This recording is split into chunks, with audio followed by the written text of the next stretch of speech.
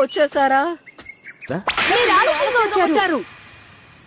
అది ఒక నల్ల పిల్లి ఎదురొచ్చింది కాబట్టి నేను వేరే దారి నుంచి వచ్చాను. Okay, hi Dude and welcome to Telugu anime world. మన ఛానల్ని ఫస్ట్ టైం విజిట్ చేసినట్టయితే కొంచెం లైక్ చేసి షేర్ చేయండి, అలాగే సబ్స్క్రైబ్ చేసుకుని ఆ పక్కనే ఉన్న బెల్ ఐకాన్ ఆన్లో పెట్టుకోండి. ఇక లేట్ చేయకుండా ఎపిసోడ్ని స్టార్ట్ చేసేద్దాం.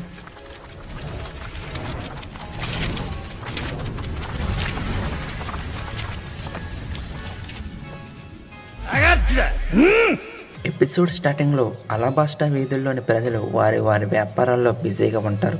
అప్పుడే అటువైపుగా నడుచుకుంటూ వెళ్తున్న ఒక వ్యక్తిని వ్యాపారి పిలిచి, ఓయ్ మొనగాడా, నేను నిన్ను ఇక్కడ ఎప్పుడూ చూడలేదే, అలబాస్టాకి రావడం కొత్త. అయితే ఇదిగో, ఇదే గోల్డ్ యాపిల్. అరెరే ఆగవయ్యా, చెప్పి ఆలకించు. నువ్వు ఇది ఎవరికి చెప్పకో. ఇది కొన్ని పురాతన శిథిలాలలోంచి తీసుకున్న అద్భుతమైన నిధి.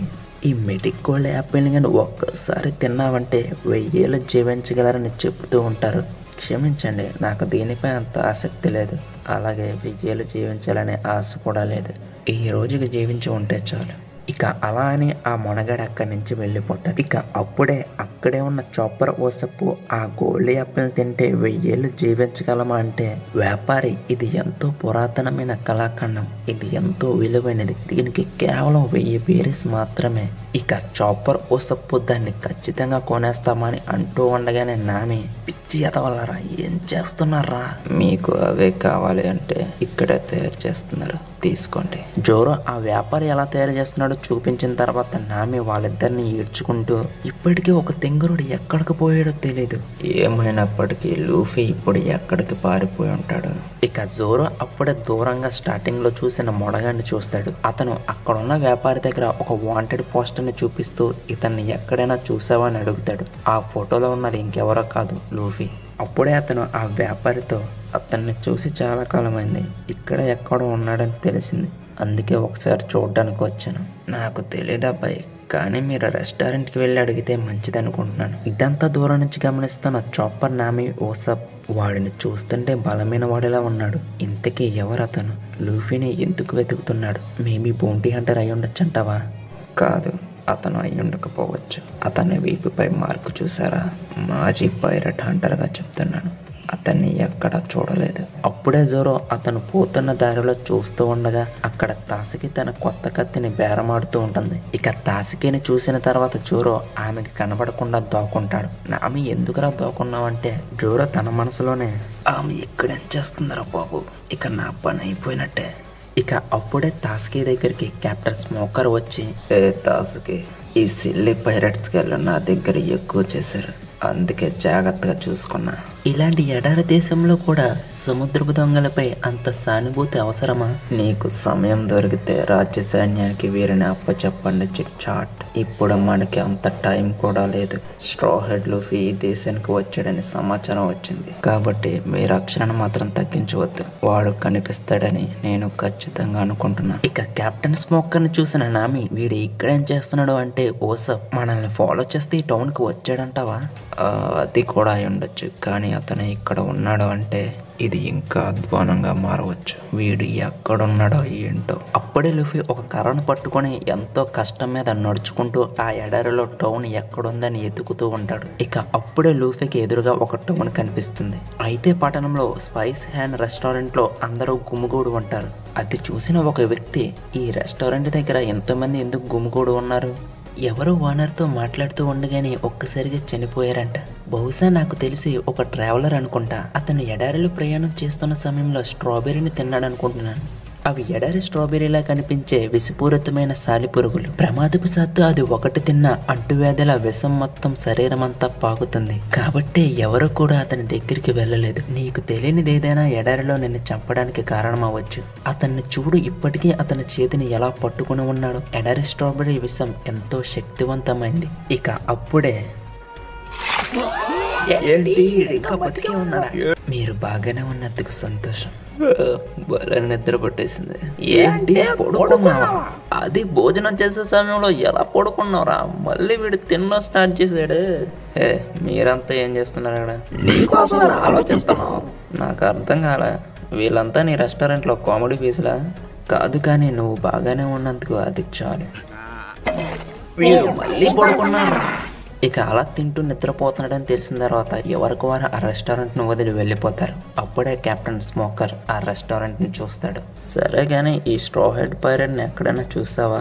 అలా తన దగ్గరున్న వాంటెడ్ పోస్టర్ని ఆ ఓనర్కి చూపిస్తాడు. ఇక అప్పుడే కెప్టెన్ స్మోకర్ ఆ రెస్టారెంట్లో ఉన్న అతన్ని చూసి, నన్ను ఆశ్చర్యానికి గురి చేసావు, ఫెదా అయిపోయినట్టే నమ్ము. ఇవేమీ పట్టించుకోకుండా పబ్లిక్ ప్లేస్లో భోజనం చేస్తున్నావు. వైట్ బేట్ సముద్రపు దొంగల సెకండ్ డివిజన్ నాయకుడు పోడ్కాస్టియస్.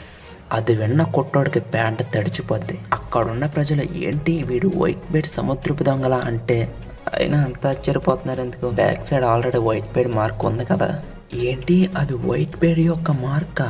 ఇక అప్పుడే స్మోకర్, ఎంతో బలమైన వాడు ఇలాంటి చిన్న పట్టణంలో ఏం చేస్తున్నాడో తెలుసుకోవచ్చా? నేను నా చిన్న తమ్ముడిని వెతుకుతున్నాను. అప్పుడే లూఫీ టౌన్లోకి ఎంట్రీ ఇచ్చి రెస్టారెంట్ ఎక్కడ ఉందో వెతుకుతూ ఉంటాడు. ఫైనలీ రెస్టారెంట్ కూడా కనిపిస్తుంది, కానీ అది ఏస్ అలాగే స్మోకర్ ఉన్న రెస్టారెంట్. అయితే మీరు నా దగ్గర నుంచి ఏం కోరుకుంటున్నారు? నువ్వు ఒప్పుకుంటే ఈజీగా పట్టుకుని తీసుకుపోతా. అయితే అది అవ్వదని నాకు తెలుసు. అయినా నేను ఇక్కడ ఇంకో సముద్రపు దొంగని పట్టుకునే పనిలో బిజీగా ఉన్నాను. నిజం చెప్పాలంటే నాకు నీతో మాట్లాడేంత ఇంట్రెస్ట్ కూడా లేదు. అలాంటప్పుడు పక్కకు జరగచ్చు కదా. అది చేయలేను. అలా చేస్తే నేను మెరువిని ఎలా అవుతాను? మరియు నువ్వు ఒక సముద్రపు దొంగవి. అలా తన స్మోక్ పవర్ని యాక్టివ్ చేస్తాడు. కొంచెం తొందరపడినట్టున్నా, సరే కొంచెం సరదా పడదాం. అప్పుడే లూఫీ తన గమ్ రాకెట్తో డోర్తో సహా స్మోకర్ను కూడా వెనక నుంచి డ్యాష్ ఇస్తాడు. స్మోకర్ ఏమో ఏసుకి డ్యాష్ ఇస్తాడు. వీళ్ళ ముగ్గురు కలిసి రెస్టారెంట్కి పెద్ద బొక్క పెడతారు. అక్కడున్న ప్రజలు ఇప్పుడు ఇక్కడ ఏం జరిగిందిరా అని చూస్తూ ఉండగా లూఫీ ఆ రెస్టారెంట్ ఓనర్ని త్వరగా భోజనం పెట్టమని కంగారు పెట్టేస్తూ ఉంటాడు. అయితే ఆ ముసలోళ్ళు లూఫీకి ఫుడ్ పెట్టడంతో లూఫీ లాగించడంలో బిజీగా ఉంటాడు. ఇప్పుడు గాలిలో ఎగురుకుంటూ వచ్చింది నువ్వే కదా? అవును. అయితే ఏమైందిరా ముసలోడా? నాకేం అవ్వలేదు, కానీ ఇదిగో ఎంత బొక్క పడింది. ఈ కన్నాలెందుకు ఎలా వదిలేసో? షాప్ చూడు ఎంత వింతగా కనిపిస్తుందో. దీనికి బొక్క పెట్టింది.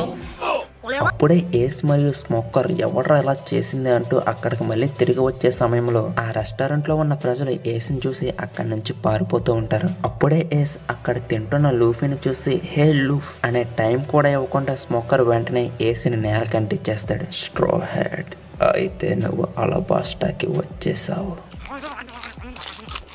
తినడం ఆపరా.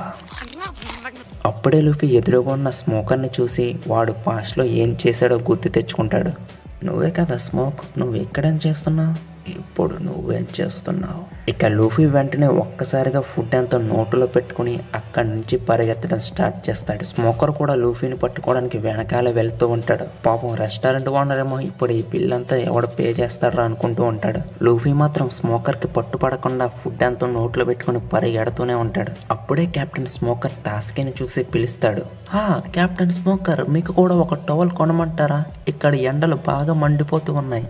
నీతో పదగా ముందు స్ట్రా హెడ్ని పట్టుకో.